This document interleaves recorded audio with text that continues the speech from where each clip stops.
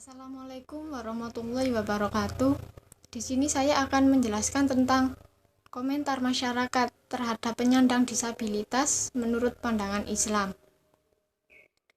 Dilihat dari sudut masyarakat, seorang disabilitas itu dianggap cukup rendah karena dia memiliki sebuah kebutuhan khusus dalam bentuk tubuh, pikiran, mental. Itu yang dipandang masyarakat sekarang ini. Seharusnya sebagai masyarakat itu kita tidak boleh memandang seorang disabilitas itu dengan kayak cara mengejudge apa gitu. Sebenarnya sebagai masyarakat itu kita harus memiliki sebuah pendukung yang sangat penting bagi seorang penyandang disabilitas.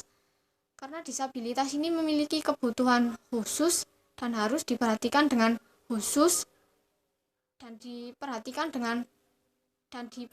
dengan hal yang sama kayak layaknya orang normal pada umumnya. Karena penyandang disabilitas ini dia memiliki pikiran, mental ya sama seperti orang pada umumnya. Jikalau masyarakat berpikir seorang disabilitas ini orang yang kurang mampu dalam segi apapun, itu salah. Karena seorang disabilitas ini juga menginginkan kehidupan seperti orang-orang pada umumnya. Kayak berkarya, menorehkan prestasi, melakukan hal yang kayak orang pada umumnya yang tidak memiliki kekurangan apapun. Maka sebagai masyarakat seharusnya kita itu memandang seorang disabilitas itu sama. Jangan mempunyai pikiran yang buruk tentang kata. Jadi, media-media seharusnya menggambarkan bahwa penyandang disabilitas juga manusia biasa. Mereka punya rasa marah, benci, senang, susah, dan gak perlu dikasihani terus-menerus. Dengan kata lain, media yang menayangkan di televisi itu sebaiknya memberikan peran penting dalam terbangunnya sebuah stigma di masyarakat. Sekuat apapun advokasi yang dilakukan para penyandang disabilitas di luar media, masyarakat masih mempresentasikan disabilitas dengan konsep yang salah, maka masyarakat akan sulit menghapus stigma-stigma tentang kekurangan penyandang disabilitas.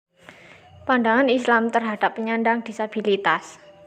Merujuk Undang-Undang Nomor 4 Tahun 1997, penyandang disabilitas yang dibahaskan dengan istilah penyandang cacat diartikan sebagai setiap orang yang mempunyai kelainan fisik atau mental yang dapat mengganggu atau merupakan rintangan dan hambatan baginya untuk melakukan secara selayaknya yang terdiri dari yaitu penyandang cacat fisik, penyandang cacat mental, dan penyandang cacat fisik dan mental. Lebih lanjut, Undang-undang ini menjelaskan tentang cacat fisik. Cacat fisik adalah kecacatan yang mengakibatkan gangguan pada fungsi tubuh antara lain gerak tubuh, penglihatan, pendengaran, dan kemampuan berbicara. Yang kedua yaitu cacat mental, adalah kelainan mental atau tingkah laku bagi cacat bawaan maupun akibat dari penyakit. Yang ketiga, cacat fisik mental adalah keadaan seseorang yang menyandang dua jenis kecacatan sekaligus. Dari sini dapat diketahui bahwa maksud disabilitas adalah kelainan fisik atau mental yang dapat mengganggu atau menjadi rintangan bagi penyandang untuk melakukan aktivitas sebagaimana umumnya orang.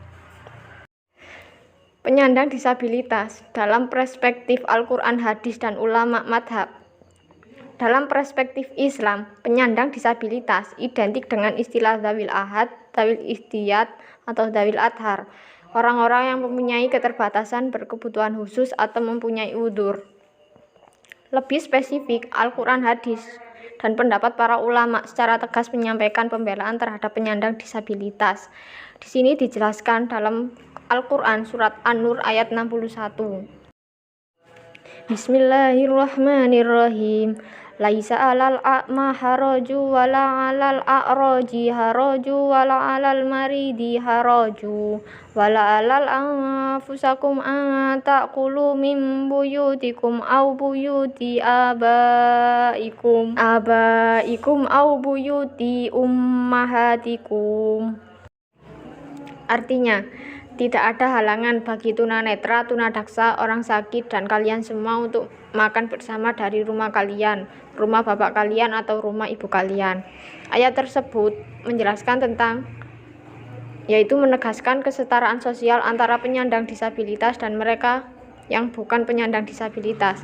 Mereka harus diperlakukan secara sama dan diterima secara tulus tanpa diskriminasi dalam kehidupan sosial, sebagaimana penjelasan tersebut. Menurut Imam Al-Qurtubi, berkaitan perintah sholat dalam Al-Quran surat Al-Baqarah ayat 43, tunanetra atau orang pincang, orang lumpuh, orang yang terputus tangannya, orang yang dibiri, dan hamba sahaya tidak mengapa menjadi imam sholat bila masing-masing dari mereka mengetahui tata cara sholat.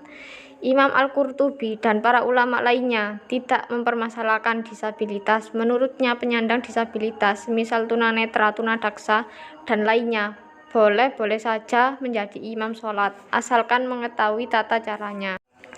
Implementasi keberpihakan Islam terhadap penyandang disabilitas. Yang pertama yaitu mengharusutamakan pemahaman bahwa Islam memandang penyandang disabilitas setara dengan manusia lainnya. Yang kedua yaitu mendorong penyandang disabilitas untuk mensyukuri segala kondisi dirinya sebagai berkah dari Allah Subhanahu wa taala. Yang ketiga, mendorong penyandang disabilitas untuk bersikap optimis, mandiri, dan mengoptimalkan segala potensinya untuk hidup berperan secara lebih luas di tengah kehidupan masyarakat. Sebagaimana umumnya.